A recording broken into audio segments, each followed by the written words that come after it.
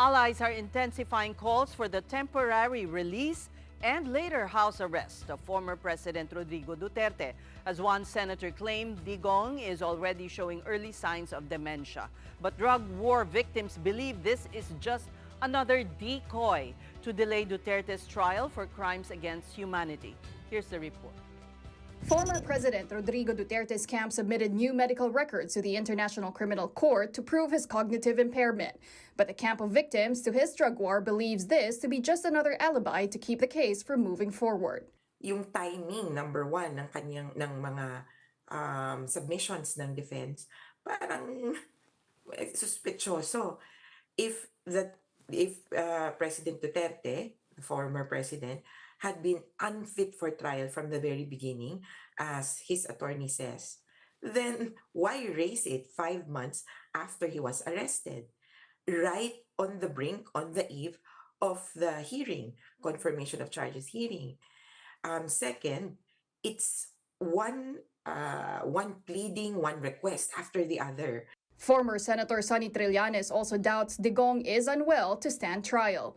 He also questioned if there is truth to Vice President Sara Duterte's claim that the former president was recently found unconscious while in detention. Trillanes insists the ICC has a competent medical team inside the facility and that any welfare check on the detainee would require his consent.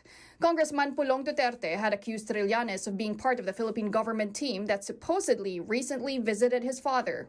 Nakuha natin na impormasyon sa ICC na wala pong nangyayaring bisita kay Duterte nang hindi niya pinapayagan. So outside the lawyer at yung mga pamilya niya ay wala hong nangyayaring gano'n. Kaya lahat po ito ay malaking kalokohan at drama nung kampo ng mga Duterte. Gusto nilang tawaan, gusto nilang mag-create ng duda at kung anumang dahilan para mabigyan ng interim release si Duterte. Congressman Pulong has pointed to a photograph of Trillanes while in The Hague that had a caption, "Duterte is still inside the ICC's detention facility." But the former senator called this as yet another false information from the Duterte camp. Konteksto nun, di ba, naglabas ng fake news yung mga Duterte. Kasama na si Kitty Duterte na nag-grant na raw yung interim release.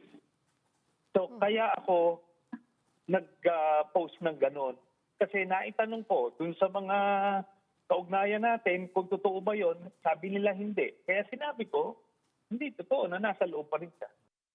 Trillanes also claimed that based on information he gathered as an interested party in the Duterte case, the ICC's arrest warrants against Senators Bato de la Rosa and Bongo are coming. De la Rosa was the first PNP chief of Duterte when he assumed power in 2016, and Go, his special assistant. The arrests, according to Trillanes, could come next year with the two charged as principals. Sila yung integral dun sa war on drugs ni Duterte. So si Duterte taga-utos, si Bato taga-enforce sa PNP, si Bongo taga-distribute ng pera. Trillanes further revealed that former PCSO General Manager Rina Garma, who testified about the Duterte death squad, has been chosen as a witness in the case. Garma is allegedly done with her preliminary interview with the ICC and is in a, quote, safe place right now. Trillanes also does not think that a third country has agreed to take Duterte in case the ICC grants his interim release. Meantime, Trillanes likewise alleged that there were active groups that had wanted to hijack the September 21 rallies to bring back the Dutertes to power. Back to the ICC, the Office of the Prosecutor maintained that there are potential risks in granting Duterte temporary freedom. In a publicly redacted document, the prosecutor wrote, quote, "The prosecution has demonstrated through multiple filings that Mr. Duterte, if granted interim release, would be a flight risk, is likely to interfere with the proceedings, and may commit further crimes." It also pointed to the defense unnecessarily delaying proceedings through 4-1, waiting until 5 months after Duterte's initial appearance to file its challenge regarding his fitness to stand trial. The Center for International Law and other civil society groups had called out Duterte's defense team too. They expressed grave concern and alarm over the alleged repeated attempts by Digong's defense lawyer, Nicholas Kaufman, to misrepresent the statements of parties involved in the ICC proceedings. Back at the Philippine Senate, a caucus was held on Tuesday afternoon to discuss the resolution by the minority bloc calling for Duterte to be placed under house arrest here. Known Duterte ally, Senator Robin Padilla defended the measure by expressing his immense concern for the former president's health condition. Kasi meron na pong matinding sakit si Tatay Digong.